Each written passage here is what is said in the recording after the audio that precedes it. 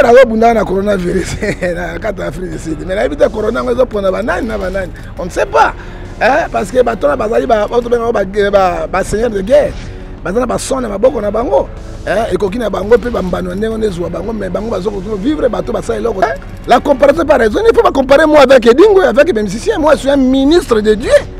Il faut dans un amour, dans une compensation. Même makambo ezali, papa, to bongisa, to bomba peto sale. Soko lobi na bengi de nile cité nazo kelete. Non, toza né toza na confession mo bana e. Quel que soit le problème, je suis obligé de faire beaucoup de surprise na kei matang. Oh. Et puis na ko sanga na bino matana voiture, bo compagnie ngai na mabe na TV. Kumi balé baebani. Ngano balé baebani, force contre force. Ça qui a zo yambe dingo pourquoi yamba ngai. Ça va to ke to mona. Puissance liloba eleki elisasi bandeko balandi mbote bino nyoso bozwi libaku malamu ya kolanda biso na tango yo olinga masola politique toye vraiment awawa na surprise moko parce que tozo remarqué on dirait basala nzambe bolingo ezate to mona ki pasteur Denis Lesi akufela ki kulutu na ye ene ya famille pasteur Charles Lesi mais tozo mona na ba image ba musicien ba kotala ye dingwe ake kotala e bari na Frank Stemai mais ba pasteur ba okete lokwa nga pe na prophète mona ya mwa mingi ya prophète ngefa na habité total non ski bolingwe na basala nzambe total nan to surprendre ye akobenga nga te na surprendre ye na tout na ye pourquoi ake matanga te po boyezo ke bien te donc nabi ko detile sozo landa biso bolanda vraiment bomona ndenge mambango ezokende parce que stalito sango ka bongo bat ba comprendre ka ke to ye a porte pesa pour lele portail pesa pour lele donc tozokota awa c'est-à-dire makambango yango yo to komi awawa et pas prophète ngefa to moni pe batu voilà nzambe pas dara na ndenge na yazalaka to moni bandeko to mekano vraiment ko solo là moni ndeko bonjour. Bonjour Steve Kambanga. Boni. Tokoya. Ah oui, il pas prophète ngefa. Oui. Yo skoza nani pa. Nyoso ngefa ya onde pa Rémi. Si on a minute ça. Il faut parler. Ah parler. Mais nga ina tuna yo zakana prophète obinyo so eza mabono. Prophète Denis Lesi akufeli. Ata moi conseil te ke bokenda ta kotala moi Jean. Kambanga. Est-ce que nyoso pinda il faut ka ngefa za faire okene partout. Eza bongo te aza libre aza pe mutu aza pe na mambuni beli asala ende onanga eza te ka nyonso tu ka te loa prophète Denis Lesi akufeli akokende te na volonté na moko mais après chabolingo faut tout monde pe bolingo pe basala nzambe nde onanga iye mutu aza pasteur est-ce ngana pasteur iye ndaza pasteur après chabolingo soka lobi Rémi na micho pe finga programme ya Rémi na micho nde za boto kende et pas prophète Denis Lesi ngana oboyango na hôtel Melate azawa plutôt lukayo non bon ok c'est bon prophète payé yo na moni on démarrer car bon mai bo comprendre ga biso prophète ngefa mbote na yo mbote ndeko Steve ko la pambola yo l'autre surprendre yo bo surprendre nga bino ba journaliste ba ta songi na monika directement ko tanga ndako to manada mene to aner to parquet ni bino na ebite te mais biso to yega bo to moni pozo bima to ebite. Mais santé ça bien. Santé na Kolobana Congo ça bien bon. Santé ça bien pas député ba parlement, na président de la République, na ba gouvernement. Mais pour la santé biso la population de na pas si ezali moi pas si mingi parce que le pays ne marche pas comme il faut. Ozoke Paul Nganko itondeni pona biso ke kuna o préparateur nya makasi. Maké Paul Nganko ite pourquoi ka Nganko? Le gouvernement est sacré zobi. Mais même le gouvernement est sacré zobi, mais Italie bisoté parce que le gouvernement est sacré. Mais il faut dire la vérité, qu'est-ce que ça va porter au peuple congolais? Je ne crois rien. Ils ont le même scénario, tout le monde a mais tout le Congo n'a pas beaucoup d'ensemble. Matthieu 11:28, tout le Congo n'a pas beaucoup d'ensemble. Pour espoir que les bateaux tout ça souffrir toujours.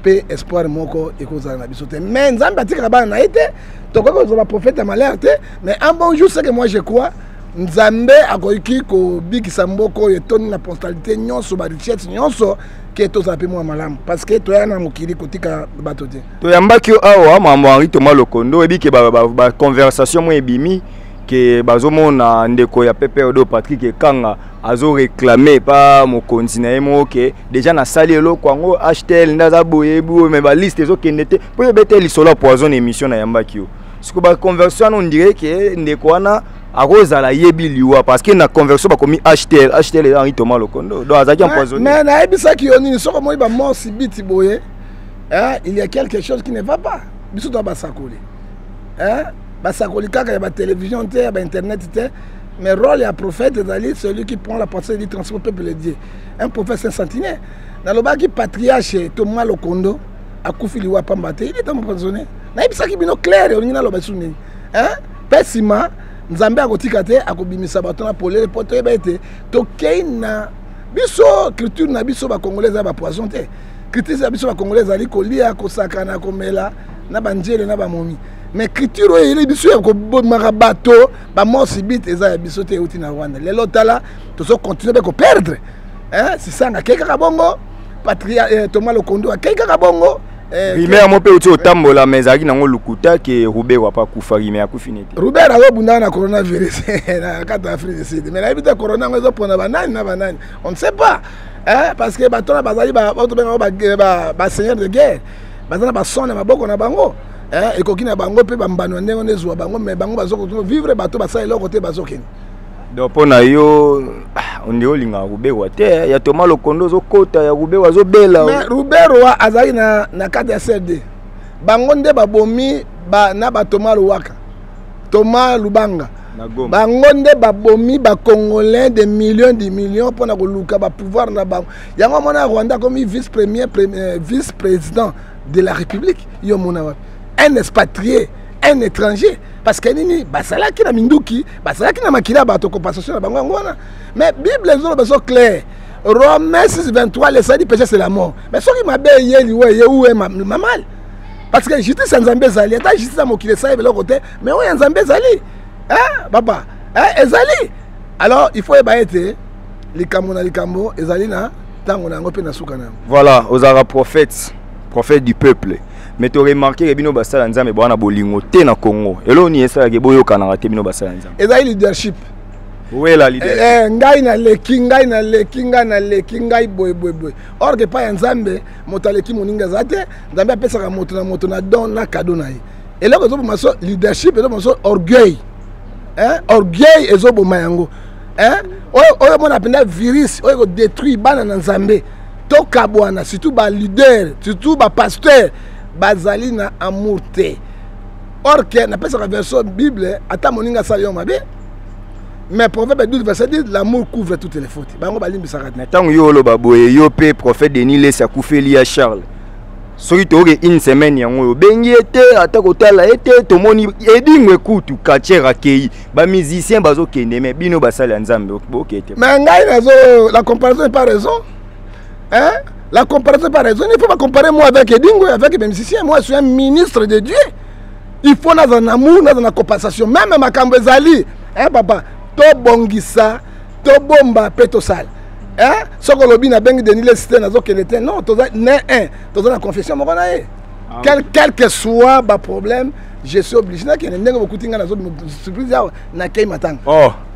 Ne to yebo yo et puis na kosenga na bino bo matana voiture bo accompagner ngai na matanga na kei matanga. Mais ça sera une bonne chose parce que ezo sala bien te bazomona ke basala nzambe bo se soutenir te to mona kofia kufela waze kwa kufela kofia me bana boye basolo la raté parce que bino babita musuka po bando soit na mamba ba wario yo zo telemela e pas trop na ba musicien mukili na zo telemela système mais na ko telemela moninga na ngai ministre nzambe te système ndio na zo telemela mais na amour na lingi soki na lingi ete nakokende te lokolo oke kuna sere to kati toke sko totala soko zo totala nene zokende na sana bino longo na kokota epi na kolinga tango na kiti tozokota relaxing ngai nga za cameraman ne starali azawana aozwa nyonso do bandeko omonike to salari surprise mais surprise ngo ikoyi pe na jour bien tokende to vérifier soki akokota soki bakoyamba ye soki bakobeta ye soki bakobengana ye po toyebi ke bapota na mabe na TV kumi bale bayebani ngano mibale bayebani force contre force.